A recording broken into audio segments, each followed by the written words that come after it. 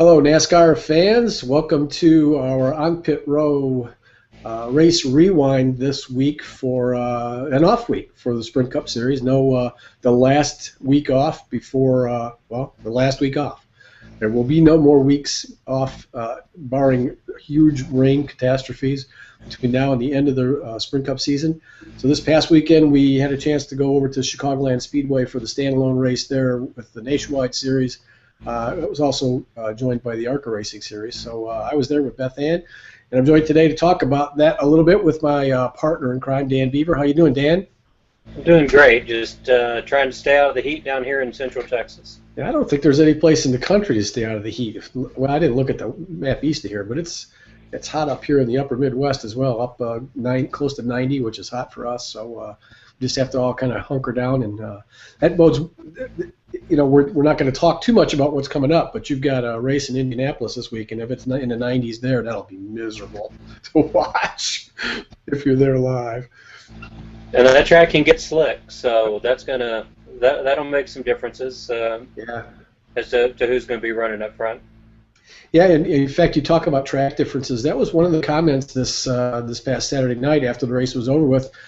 This was as I said, standalone Nationwide Series race won by Chase Elliott in really dominant fashion. He didn't start on the pole. That was Brian Scott started on pole and was fastest in qualifying, obviously. But Chase Elliott, I think, took the lead on about the 21st lap and was the obvious fastest car on the track the rest of the night, even after he would get shuffled out during pit stops.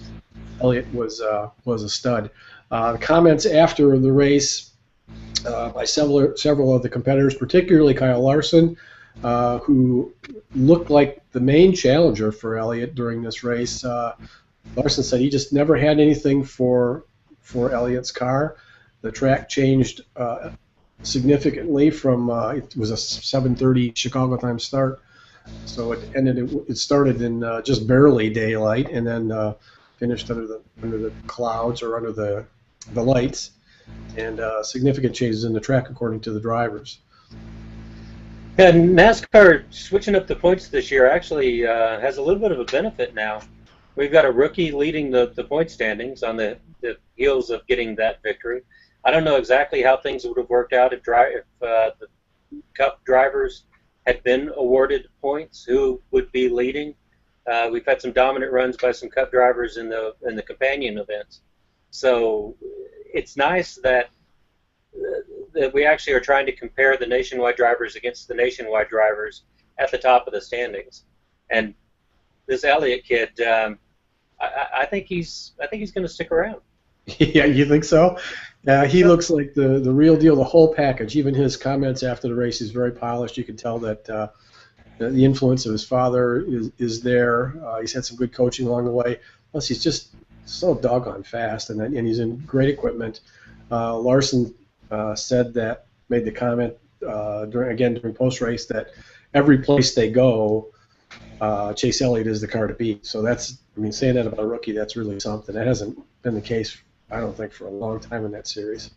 And perhaps the most impressive thing is you can understand what he's saying. Yeah. Dad Yeah. had some issues. Yeah, he did. Accent. He did, but that was part of his team. If Chase Elliott ends up being the NASCAR's most popular driver for 10 straight years, like his dad was or something, that's an accomplishment all by itself. Well, I'm a little surprised that Hendrick Motorsports isn't doing an alliance with somebody to get him in the Cup Series. A couple of runs this year, a couple of runs next year. It seems inconceivable that he won't be running full time in 2016. By 2016, probably when Casey Kane's contract comes up. But you would think we've got Ty Dillon starting at Atlanta here in a couple of weeks. You'd think they'd do the same thing with Chase. I know there's no room at the end there at Hendrick, but Richard Childress Racing and Michael Waltrip Racing now have those A and B cars for the number 33 Joe Falk, the number 66 Jay Robinson, where they basically are just fielding another entry with a different name. Hendrick could do that same thing, get Elliott in a couple of races. It's only a matter of time. It's going to be nice to see when it happens. I'm a little surprised that we haven't heard that it's happening yet.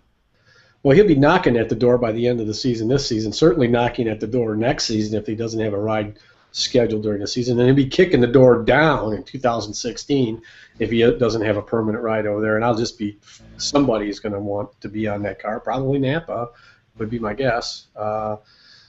They're making quite a partnership out of that deal.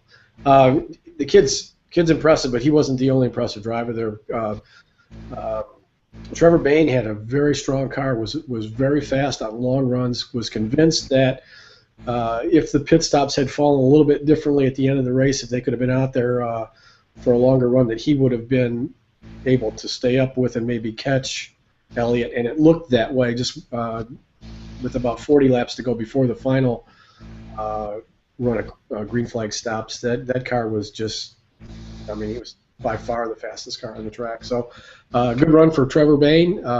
Third place finish for Kyle Larson, who had a good run, but I don't think he ever really quite had the car to contend for the win, but ran up front most of the night. Brian Scott had a good run. It was really an entertaining race to watch, to see these young guys out there without a bunch of Cup guys for a change.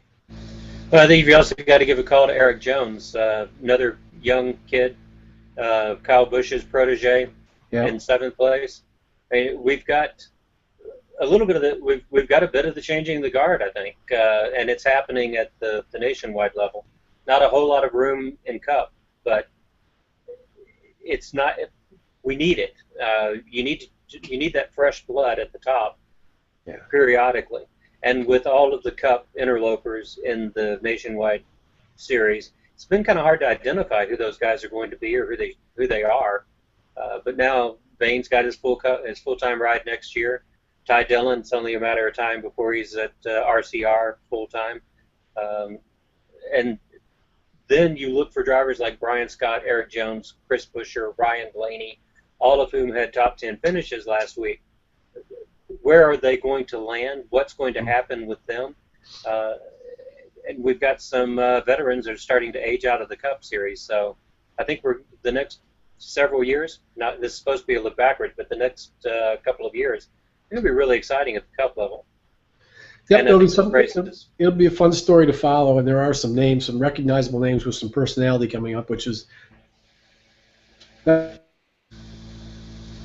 anybody that drives it that gets a frontline drive in a nationwide series or a truck series team is obviously a talented driver. You don't get there without being good at driving a big stock car on an oval track, but you've got to have the whole package to be a NASCAR Sprint Cup star. You've got to have that personality, that something that it factor a little bit. And we've got some guys, I think, right now that are right on the edge that could change some things around a little bit. Yeah. So, and Eric Jones coming out of the late model stocks, he tore those local tracks up, and that's what got Kyle Busch's attention.